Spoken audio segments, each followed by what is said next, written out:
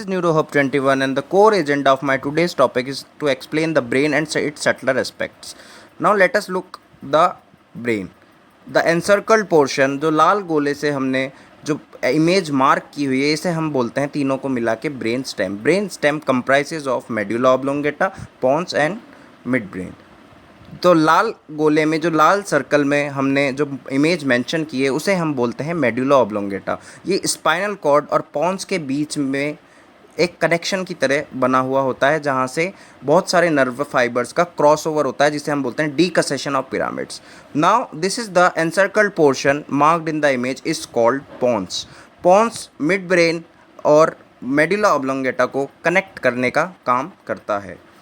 अब हमने उस पोर्शन को हमने जब ओपन किया उसका ट्रांसफर सेक्शन किया तो जब हमने ब्रेन स्टेम को तीनों पोर्शन को मिलाया तो हमने क्या देखा, जो पॉन्स के ऊपर वाला भाग है उससे जो गोले में जो मैंने इमेज में मार्क किया हुआ है इसे हम बोल रहे हैं मिड ब्रेन.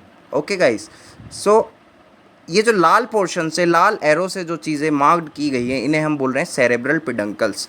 सेरेब्रल पिडंकल्स और जो उसके जस्ट पोस्टीरियरली जैसे हमने मिड ब्रेन को जब हमने रोटेट किया तो उस ये जो चार उभरे हुए स्ट्रक्चर दिख रहे हैं हमें, चार ग्रूव्स दिख रहे हैं, इसे हम बोल रहे हैं कॉर्पोरा क्वाड्रिजेमिना. कॉर्पोरा क्वाड्रिजेमिना और सेरेब्रल पिडंकल्स ये दोनों मिड ब्रेन के पार्ट्स होते हैं. The upper ones is called the superior colliculus and the lower ones is called the inferior colliculus. Superior colliculus is responsible for your visual stimuli and inferior colliculus is responsible for your auditory stimulus. Okay guys, both of them, superior colliculus and inferior colliculus, form the tectum. The tectum is the part of the midbrain. It is the first part of the midbrain. Okay guys, so let us describe the functions of superior colliculus and inferior colliculus. So first of all हम बात करेंगे superior colliculus के function की.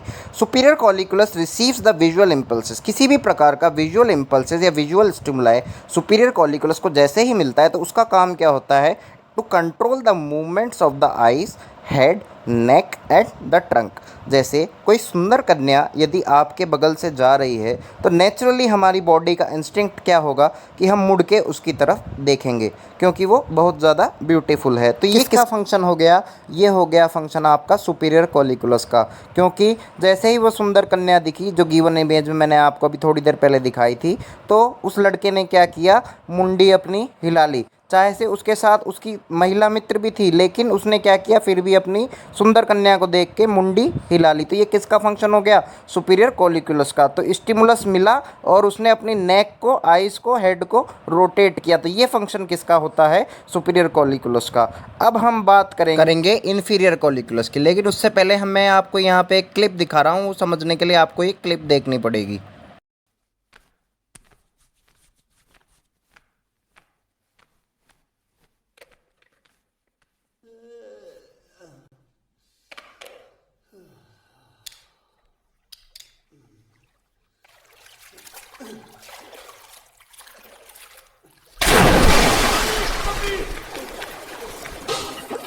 तो इस given clip के अंदर हमने क्या देखा, जैसे ही अक्षय कुमार वहाँ पे मंजन करने बैठता है और वहाँ पे तालाब में एक युवक क्या करता है, कूद जाता है, तो उसको तालाब की आवाज़ होने के कारण अचानक से जो ऑडिटरी स्टिमुलस मिलता है उससे वो क्या करता है, मम्मी मम्मी मम्मी चिल्लाता है.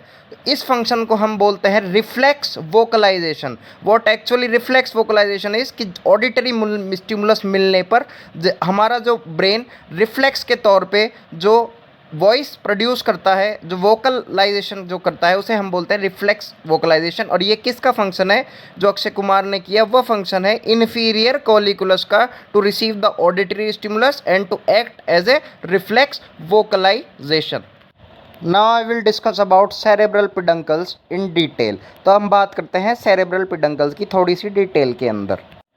एज मैंशनड प्रीवियसली, मैंने आपको बताया था मिड ब्रेन के दो पार्ट्स, सेरेब्रल पिडंकल्स और जो दूसरा पार्ट होता है उसे हम क्या बोलते हैं, कॉर्पोरा क्वाड्रिजेमिना, या फिर हम बोल सकते हैं उसे टेक्टम, जो कि सुपीरियर कॉलिकुलस और इन्फीरियर कॉलिकुलस से मिलके बना होता है. तो अब हम बात करेंगे सेरेब्रल पेडंकल्स की. तो बेसिकली सेरेब्रल पेडंकल्स को तीन भाग में डिवाइड किया गया. कौन कौन सा, सबसे जो पहला भाग है वो है बेसिस पेडंकुलाई, जो दूसरा भाग है उसे हम बोलते हैं क्या, सब्सटेंशिया नियाग्रा, और जो उसका तीसरा भाग है उसे हम बोलेंगे टेगमेंटम. और उसी टेगमेंटम के अंदर रेड न्यूक्लियस प्रेजेंट होता है। अब हम गिवन डायग्राम में देखेंगे इनके 3 पार्ट्स के बारे में। तो सबसे पहले हम पार्ट की बात करते हैं, तो वो क्या है, बेसिस पेडंकुलाई, जो कि मैंने ग्रीन कलर से यहाँ पे मार्क कर रखा है। तो एरिया जो आपको ग्रीन कलर से दिख रहा है इसे हम बोलते हैं बेसिस पेडंकुलाई। अब एक्चुअली इस बेसिस पेडंकुलाई का वर्क क्या है, तो बात करते हैं इसके वर्क की।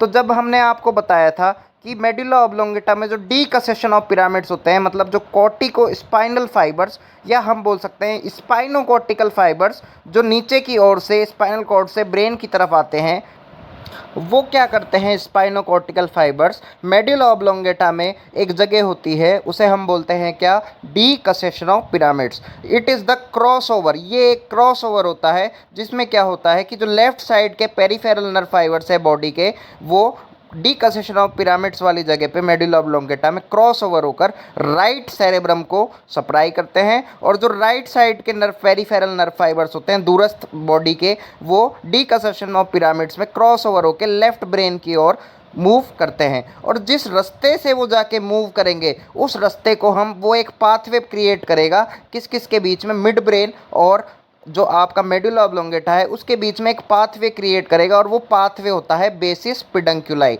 अब मैं गिवन डायग्राम में आपको दिखाऊंगा कि कैसे बेसिस पेडंकुलाई उस जगह से वहाँ के कॉर्टिको स्पाइनल फाइबर्स या स्पाइनोकॉर्टिकल फाइबर्स का पाथवे तय करता है और ब्रेन को मैसेज पहुंचाता है। तो केवल बेसिस पेडंकुलाई क्या करता है, एक रास्ता बनाने का काम करता है किस किस के बीच में, मेडुला ऑब्लोंगेटा के बीच में और मिड ब्रेन के बीच में और सेरेब्रम के बीच में। बेसिस पेडंकुलाई किसका भाग है, सेरेब्रल पेडंकल का, और सेरेब्रल पेडंकल किसका भाग है, मिड ब्रेन का। तो basis pedunculi is responsible for creating a pathway between the medulla oblongata and the cerebrum. अब हम बात करेंगे इसके दूसरे पार्ट के बारे में, सेरेब्रल पेडंकल्स के दूसरे पार्ट के बारे में, जिसका नाम क्या है, सब्सटेंशिया निग्रा। जो ब्लैक कलर से यहाँ पे मेंशन्ड है स्पेस है, जो कि जस्ट बेसिस पेडंकुलस के ऊपर वाली जो पोर्शन है जिसे हम बोल रहे हैं क्या, सब्सटेंशिया निग्रा। इसका काम क्या होता है कि सबसे ज़्यादा डोपामिनर्जिक न्यूरॉन्स, किस तरीके के न्यूरॉन्स, डोपामिनर्जिक न्यूरॉन्स, जिसके जो न्यूरोट्रांसमीटर डोपामिन का रिलीज करते हैं, वो उनका प्रोडक्शन कहाँ पे होता है, substantia nigra. Substantia nigra is used as the production of the dopaminergic neurons. अब बात आती है कि डोपामिन का काम क्या, कि सपोज कीजिए कोई मद का आदी है, कोई व्यक्ति बहुत ज़्यादा मदिरा पान करता है, सपोज़ कीजिए कि उसके पास 1 रुपया भी नहीं है, लेकिन फिर भी वो शाम को 8 बजे से पहले पहले दुकान बंद होने के कहीं ना कहीं किसी न किसी प्रकार से वहाँ पे वो पहुँच जाएगा और अपने गोल को अकम्प्लिश कर लेगा और मदिरा पान। तो अपने गोल को अकम्प्लिश करने के लिए जो न्यूरोट्रांसमीटर रिलीज होता है, रिस्पॉन्सिबल होता है, वो कौन सा होता है, डोपामिनर्जिक न्यूरॉन्स। और जो न्यूरोट्रांसमीटर रिलीज होता है उसे क्या बोलते हैं हम, डोपामीन्स। तो डोपामीन किसका काम है, डोपामीन का फंक्शन क्या है कि अपने गोल को या गिवन टास्क को अकम्प्लिश करने में मदद करना।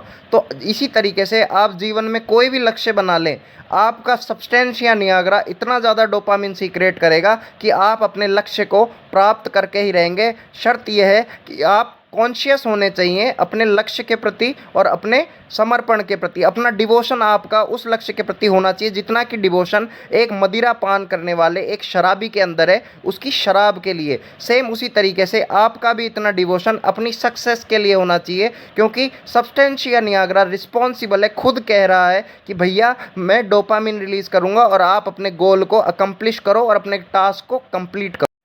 और मैं इस वीडियो का अंत करूंगा लास्ट पार्ट के बारे में बता के, जो कि टैगमेंटम का पार्ट है जिसे हम बोलते हैं रेड न्यूक्लियस। ये रेड न्यूक्लियस रिस्पॉन्सिबल होता है हमारे वॉलेंट्री मूवमेंट्स के कोऑर्डिनेशन के लिए, जो कि सेरेबेलम को सेरेब्रम से जोड़ता है। सपोज कीजिए हम दौड़ रहे हैं, तो हमारे दौड़ने के वक्त हम जो पोस्चर बनाएंगे, जो हम गेट बनाएंगे, जैसे दौड़ते वक्त हमारे दोनों हाथ फोल्ड रहते हैं और आगे की तरफ मूव फॉरवर्ड होते हैं, तो ये गेट बनाने का काम और जो पोस्चर बनाने का काम है। या सपोज कीजिए हम बैठे हैं और बैठ के लिख रहे हैं, तो लिखने के लिए जो हम पोस्चर बनाएंगे, जो गेट हमारा बनेगा, जो पर्सनैलिटी हमारी बनेगी, उसे वो किसका फंक्शन है, रेड न्यूक्लियस का। तो रेड न्यूक्लियस का फंक्शन क्या है कि control the coordination of movements of the cerebrum and cerebellum. It acts as a pathway or the connection between the cerebrum and the cerebellum. और अगर इस रेड न्यूक्लियस में यदि कोई प्रॉब्लम आ जाए तो उस डिजीज़ को हम बोलते हैं कोरिया।